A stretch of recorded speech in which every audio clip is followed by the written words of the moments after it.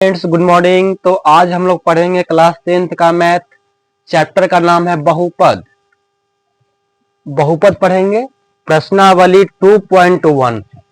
ठीक है, उससे क्वेश्चन को हम लोग हल करेंगे। ठीक है, तो क्वेश्चन कहता है क्या है, किसी बहुपद px के लिए y बराबर px का ग्राफ नीचे आकृति 2.10 में दिया गया है।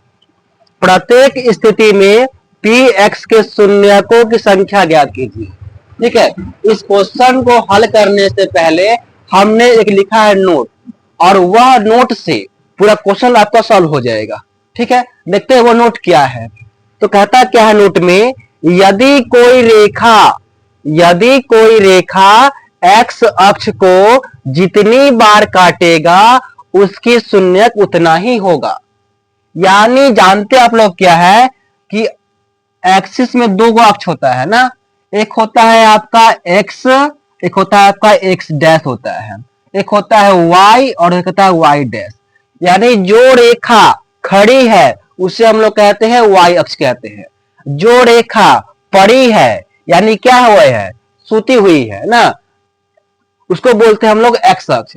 यानी जो रेखा पड़ी हुई है उसको जितना बार काटेगा उसका शून्यक उतना ही होगा, और जो रेखा पड़ी हुई है उसी को हम लोग कहते हैं x अक्ष कहते हैं। और जितने बार x अक्ष को काटेगी उतना उसका शून्यक हो जाएगा।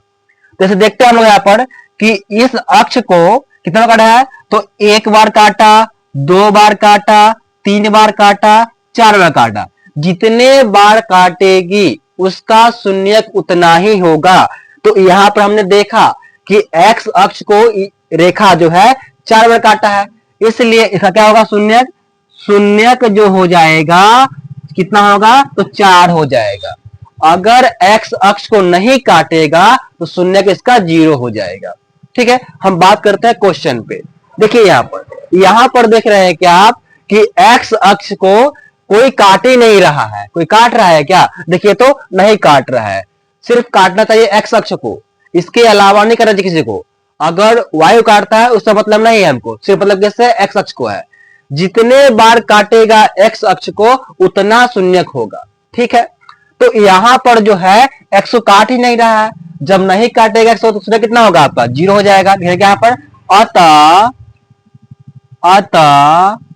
शून्यकों की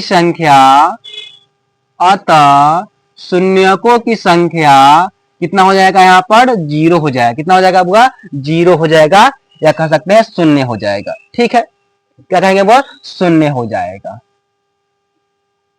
अब देखिए, अब देखते हैं क्या है अगला क्वेश्चन में कि x अक्ष को कितने बार काटा है, तो बोलिएगा एक बार काटा तो कितना शून्यक हो जाएगा, एक शून्यक हो जाएगा। लिखेंगे यहां पर शून्यकों की संख्या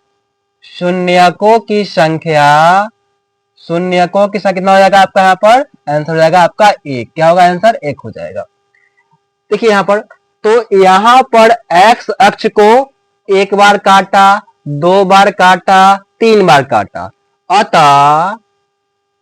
अतः शून्यकों की संख्या कितना हो जाएगा आपका, 3 हो जाएगा। क्या हो जाएगा, 3 हो जाएगा। चलिए आगे बात करते हैं हम लोग। देखिए यहां पर x अक्ष को कितने बार काटा, तो एक बार, दो बार, क्या हो जाएगा, 2 बार। शून्यकों की